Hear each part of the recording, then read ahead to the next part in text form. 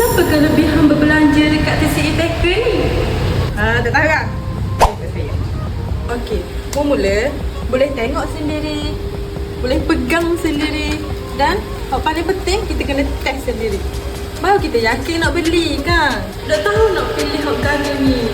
Saya baru nak naik. Jangan bimbang, panggil je staff kita. Kita akan sedia membantu. Lepas beli pun jangan bimbang, kita ada servis dan repair. Selain tu, kalau saya mau join member ni, saya mau akan dapat diskaun 7% semua barang dan 10% untuk bulan kelahiran. Lagi banyak saya mau beli, lagi banyak saya mau untung, tahu tak? Lepas tu, kami ni adalah satu-satunya kedai lengkap dengan semua barang. Saya mau nak cari apa? Saya mau nak cari rope. Saya mau nak cari mesin. Tali. Barang camping pun ada. Lapung. Upang. Gewang. Aprok.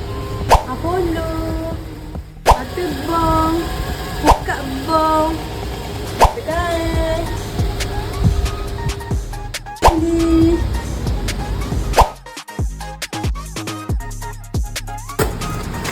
Life jacket, box.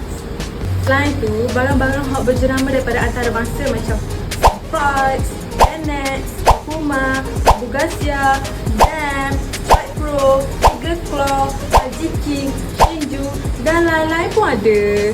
Kedai kita buka daripada pukul 10.30 pagi sampai pukul 7 petang setiap hari. Bila-bila pun boleh mari. Dan yang paling penting sekali, kita ada lebih daripada 200 cawangan di seluruh Malaysia. Confirm ada yang paling dekat tu kan. Di mana ada kaki pancing, di situ ada TCE Taker. Kalau nak beli dengan yakin, dapat diskaun member, dapat test barang, ada servis lepas jualan, jumpa kami di TCE Taker.